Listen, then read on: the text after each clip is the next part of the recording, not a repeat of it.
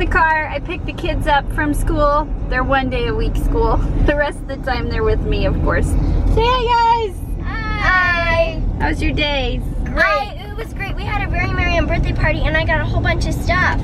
I even got like a bath bomb. Okay, we are at Hobby Lobby. A dangerous place, especially for Kenya and myself. Poor Lincoln. So we're gonna go into Hobby Lobby and pick out ornaments. At Camp David, we get the kids a new ornament every year. I love seeing their different choices every year, and it's gonna be fun once the kids get older and they start celebrating Christmas on their own.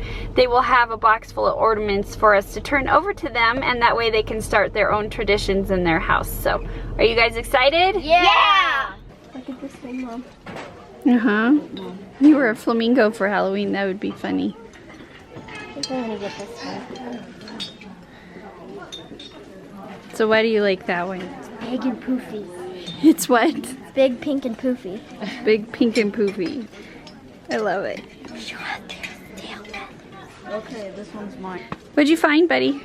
Show it to me. It's pretty cool. It's like a red sports car. Yes. So why do you like this one? I'm very into cars. Yeah. So Lincoln's into cars, and what's your favorite color? Red. Yeah. That's my favorite color. Okay, I think you guys made good choices. Good morning. It's another beautiful morning here. And this morning, actually, the kids are going to help me make their breakfast. One of the things at the holidays that my grandmother always used to do is make banana bread. It was always so fun because she would even make it for us to have on Christmas morning, and the smell that came through the house was awesome. I just love the smell of fresh baked banana bread. What I usually do every year for the kids' teachers, even for Luke's co-workers, is I make a ton of banana bread. We wrap it up and we give it to them as one of the gifts that we give during the holiday season. So today I thought it would be fun if the kids help me make it, and I'm gonna let them have some for breakfast, but then later on today I'm gonna have them deliver it to our neighbors. Since we're fairly new in our neighborhood, I wanted to give a little treat to our neighbors, and just so they get to know us a little better. So it should be a fun day. The banana bread recipe that I'm using today is from Granny.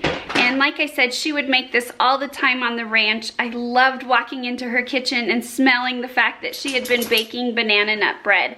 And as I got old enough, I was actually in 4-H growing up. I took baking as one of my 4-H projects one year. And so I did Granny's banana bread recipe, and I actually won. I got grand champion at our fair, and so I got to go to state fair, and I also took grand champion. So this recipe is actually a grand champion state fair winner recipe. I hope you enjoy it. Okay, so we are all ready to start making our banana bread, and I have two very special helpers this morning. Kenya, Lincoln, are you guys ready to start making your breakfast? Yes.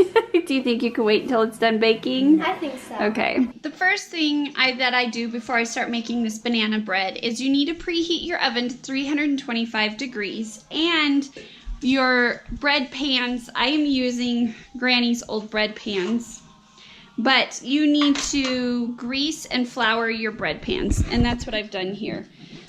And of course, as usual, as you guys have probably seen in all my baking, I am doubling our recipe today. You're gonna need two separate bowls. The first one is for your dry ingredients, the other one is for your wet ingredients. So we're gonna go ahead and get our dry ingredients into our one bowl.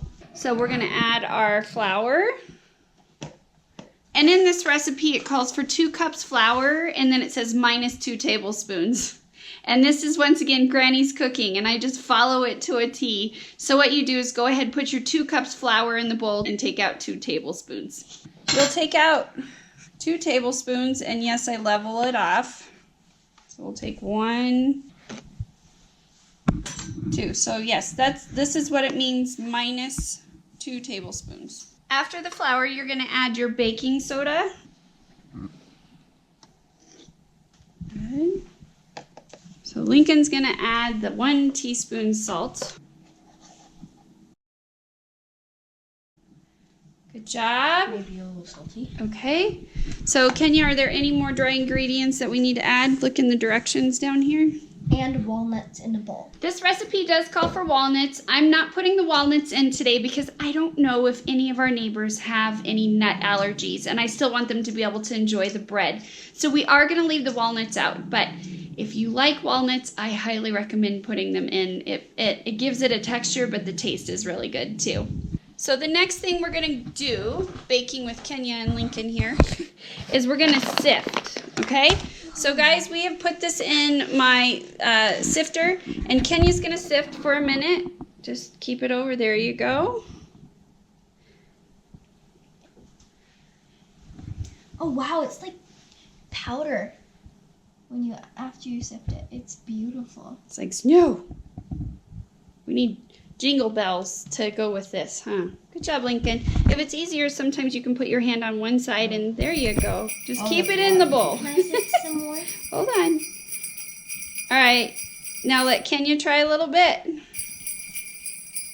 And Lincoln, finish it off.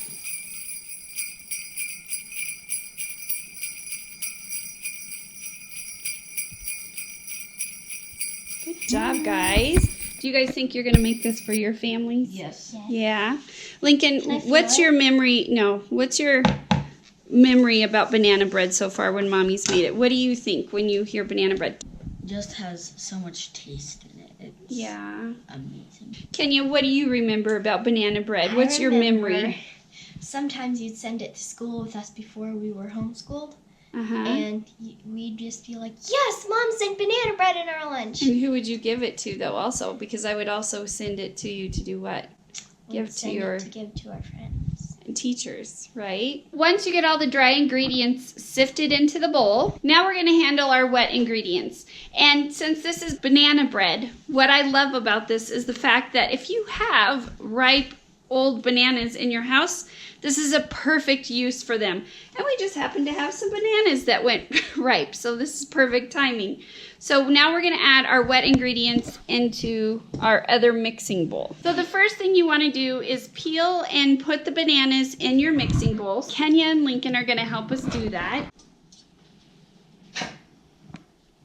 So they're adding our bananas into the mixing bowl. Do you guys like baking? Yes. It gets messy, and I like getting messy.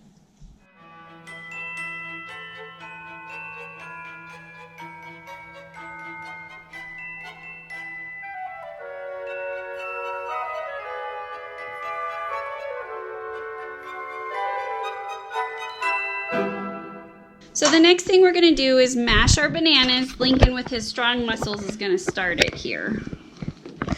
Now we have our bananas mashed. Since we're doubling it, we're going to add 2 cups, but we're going to add our sugar. Right here? Yep. Chef Lincoln, add the sugar to the bananas.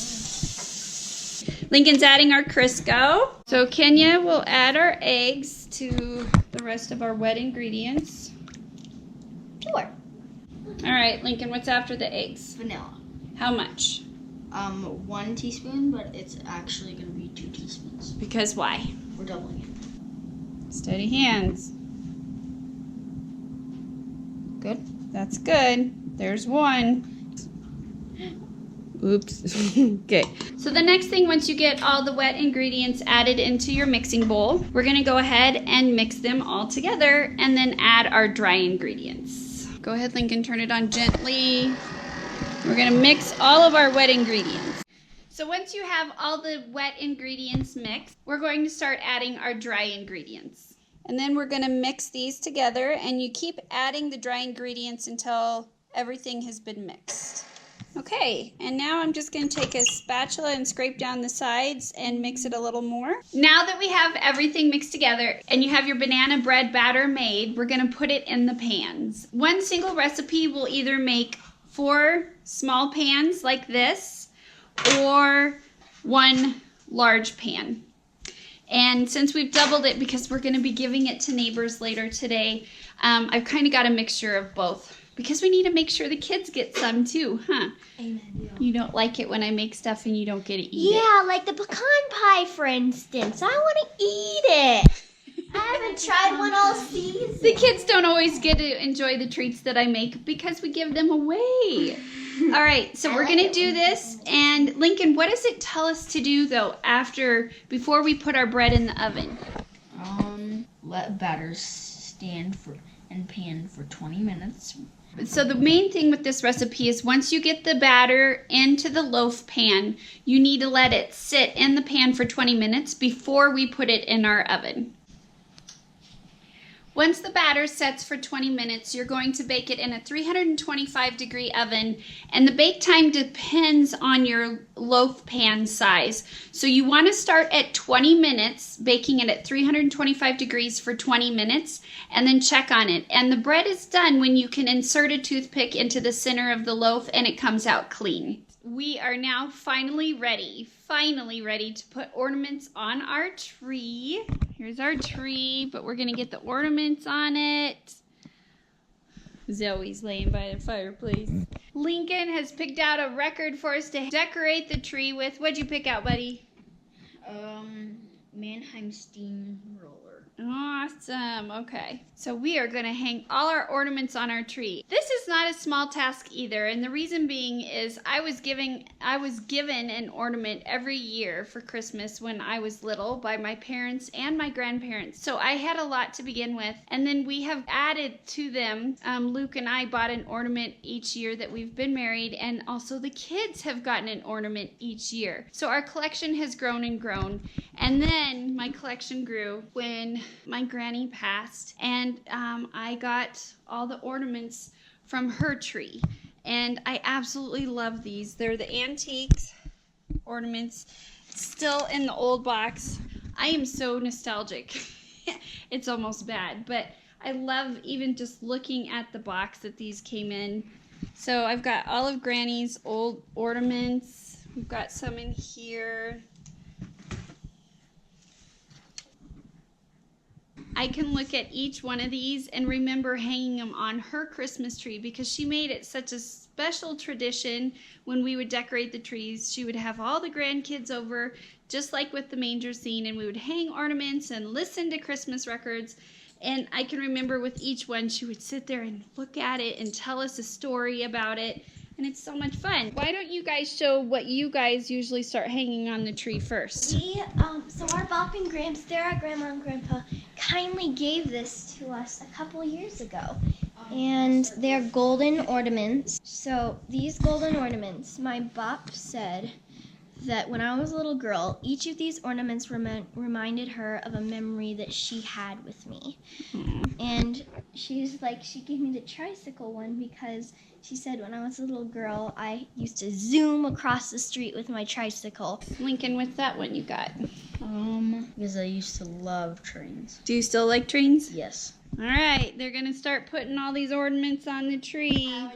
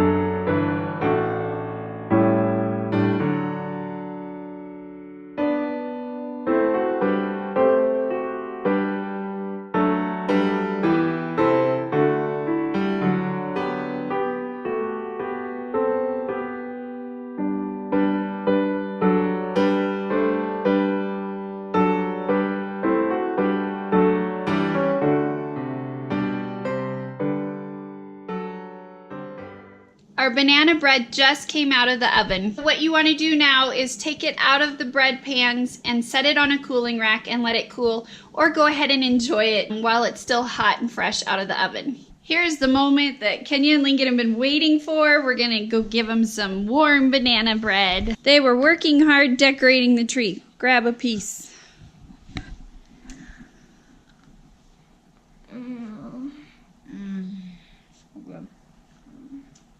We are amazing chefs. What do you think? I think I'm the best chef in the world. I have boxed up our banana bread and we're gonna go deliver them to our new neighbors.